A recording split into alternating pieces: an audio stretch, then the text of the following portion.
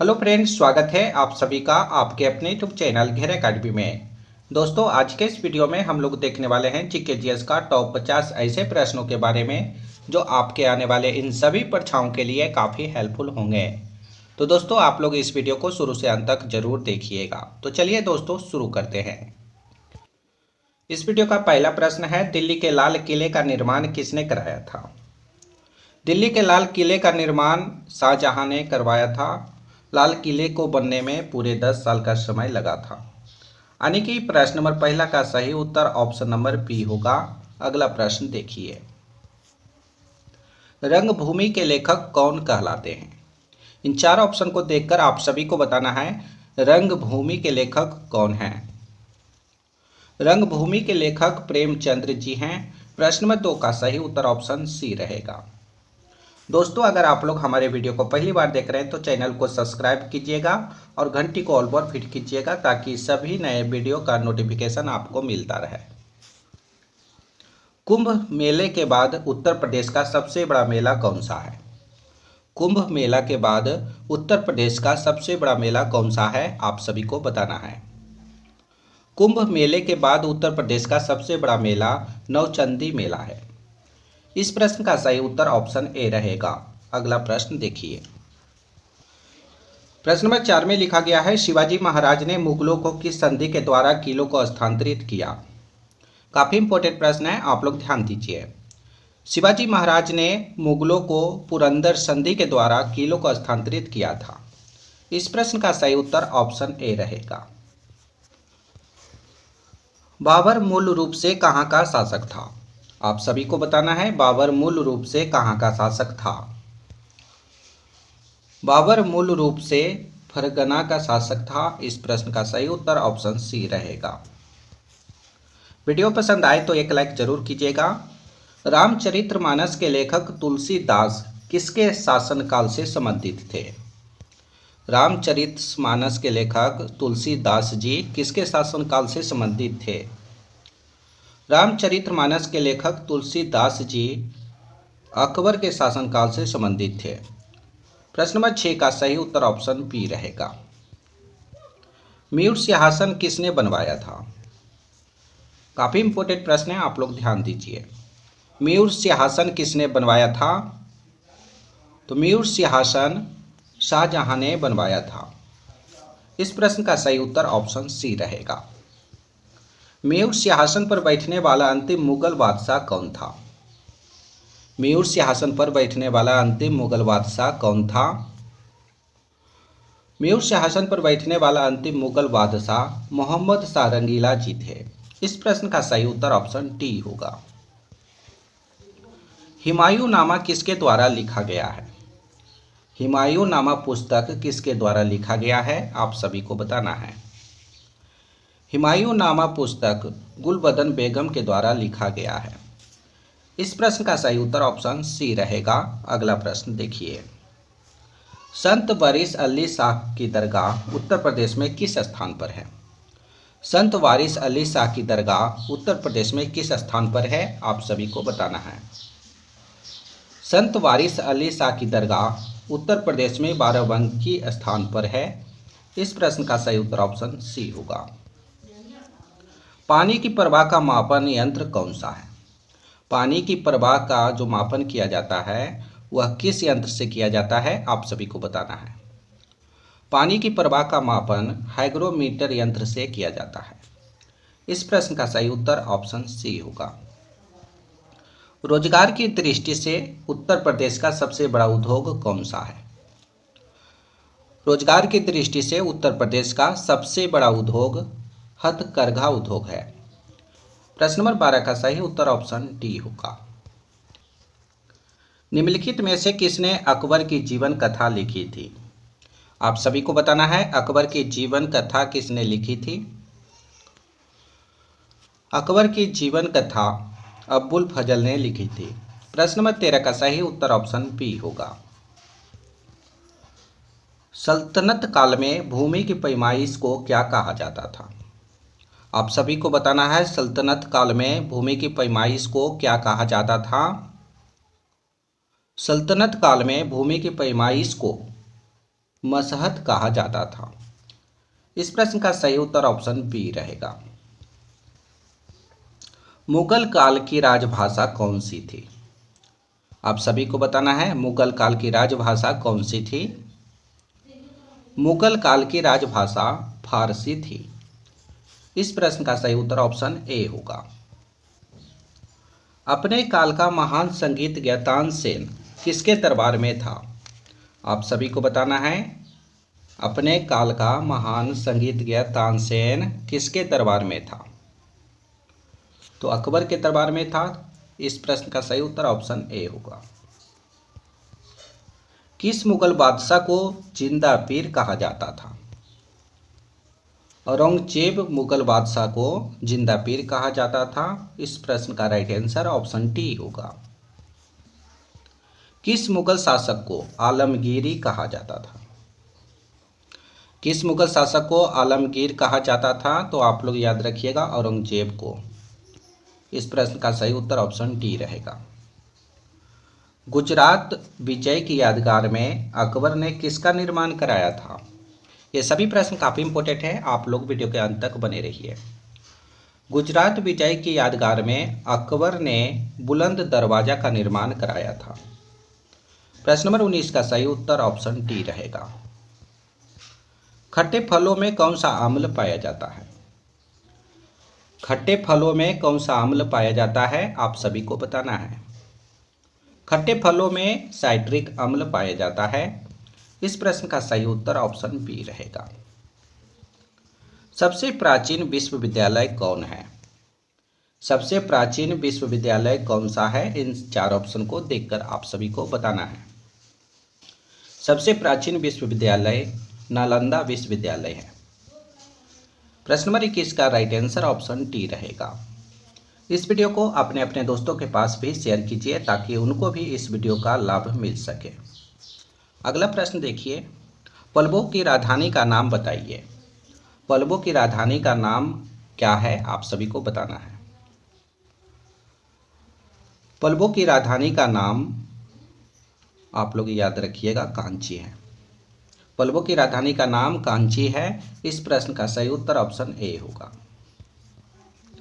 प्रसिद्ध यात्री Marco Polo किस देश का निवासी था? प्रसिद्ध यात्री मार्को पोलो किस देश का निवासी था? प्रसिद्ध यात्री मार्को पोलो इटली देश का निवासी था। इस प्रश्न का सही उत्तर ऑप्शन सी रहेगा। बक्सर का युद्ध कब हुआ था? काफ़ी इंपॉर्टेंट प्रश्न है, आप लोग ध्यान दीजिए। बक्सर का युद्ध 1764 ईस्वी में हुआ था। अगर आपसे डेट पूछा जाए तो आप लोग बताइएगा 22 अक्टूबर 1764 ईस्वी को बक्सर का युद्ध हुआ था। यह युद्ध 3 पक्ष में हुआ था। 3 पक्ष में हुआ था, आप लोग याद रखिएगा। अगला प्रश्न देखिए, प्लासी का युद्ध कब हुआ था? प्लासी का युद्ध 1757 ईस्वी को हुआ था। अगर आपसे डेट पूछा जाए तो आप लोग बताइएगा 23 जून 1757 ईस्वी को। यह उत्तरी और पूर्वी भारत में लड़ाई हुआ था। उत्तर पूर्वी भारत में लड़ाई लड़ा गया था प्लासी का युद्ध। इस प्रश्न का सही उत्तर ऑप्शन ए रहेगा। भारत पर आक्रमण करने वाला प्रथम यूरोपवासी कौन थे? भारत पर आक्रमण करने वाला प्रथम यूरोपवासी कौन थे? भारत पर आक्रमण करने वाला प्रथम यूरोपवासी सिकंदर थे। इस प्रश्न का सही उत्तर ऑप्शन ए रहेगा। अगला प्रश्न देखिए, मानव शरीर का रक्त बैंक किसे कहा जाता है?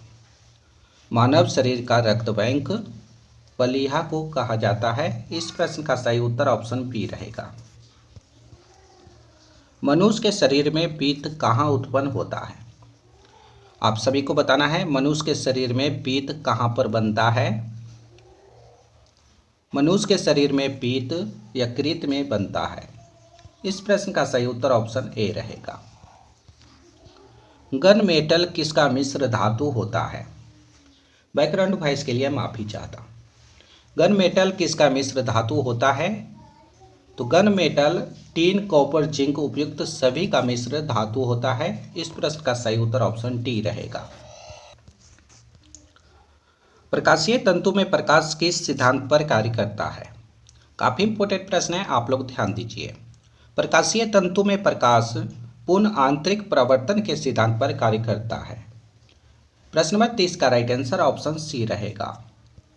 अगला प्रश्न में लिखा गया है, किस वैज्ञानिक ने क्रम विकास का सिद्धांत दिया था? किस वैज्ञानिक ने क्रम विकास का सिद्धांत दिया था? आप सभी को बताना है। न्यूटन वैज्ञानिक ने क्रम विकास का सिद्धांत दिया था। इस प्रश्न का सही उत्तर ऑप्शन बी रहेगा। अगला प्रश्न में लिखा गया है, मनुष्य के शरीर में प्रचुर मात्रा में पाए जाने वाला तत्व कौन सा है? मनुष्य के शरीर में प्रचुर मात्रा में पाए जाने वाला तत्व ऑक्सीजन है। प्रश्न नंबर 32 का सही उत्तर ऑप्शन सी रहेगा। मानव शरीर की सबसे बड़ी कोशिका का नाम क्या है? मानव शरीर की सबसे बड़ी कोशिका का नाम क्या है? आप सभी को बताना है। मानव शरीर की सबसे बड़ी कोशिका का नाम तंत्रिका कोशिका है। प्रश्न नंबर 33 का सही उत्तर ऑप्शन सी रहेगा। प्रश्न नंबर 34 में लिखा गया है, सबसे पहले डीएनए को किसने अलग किया था? काफी इंपोर्टेंट प्रश्न है, आप लोग ध्यान दीजिए। सबसे पहले डीएनए को फ्रेडरिक ने अलग किया था, और कब किए थे? तो आप लोग याद रखिएगा 1869 ईस्वी में। इस प्रश्न का सही उत्तर ऑप्शन बी रहेगा। ट्रांसफार्मर किस सिद्धांत पर कार्य करता है? ट्रांसफार्मर का आविष्कार 1886 ईस्वी में स्टेनली ने किया था। ट्रांसफार्मर अनियन प्रेरण, विद्युत चुम्बकीय प्रेरण उपयुक्त दोनों के सिद्धांत पर कार्य करता है। आप लोग याद रखिएगा। इस प्रश्न का सही उत्तर ऑप्शन सी रहेगा। सोडियम और पोटेशियम को किसमें डुबोकर रखा जाता है? सोडियम और पोटेशियम को केरोसिन तेल में डुबोकर रखा जाता है। इस प्रश्न का सही उत्तर ऑप्शन डी रहेगा। लोहे पर जंग लगना किस तरह की अभिक्रिया है? लोहे पर जंग लगना किस तरह की अभिक्रिया कहलाती है? आप सभी को बताना है। लोहे पर जंग लगना ऑक्सीकरण और अपचयन रिडॉक्स अभिक्रियाएं उपयुक्त दोनों प्रकार की अभिक्रियाएं कहलाती है। इस प्रश्न का सही उत्तर ऑप्शन सी रहेगा। दांतों के अध्ययन को क्या कहा जाता है? दांतों का अध्ययन किसमें किया जाता है? आप सभी को बताना है। दांतों के अध्ययन को ओडोंटोलॉजी कहा जाता है। इस प्रश्न का सही उत्तर ऑप्शन डी रहेगा। सोलर सेल किस ऊर्जा को किस ऊर्जा में परिवर्तित करता है?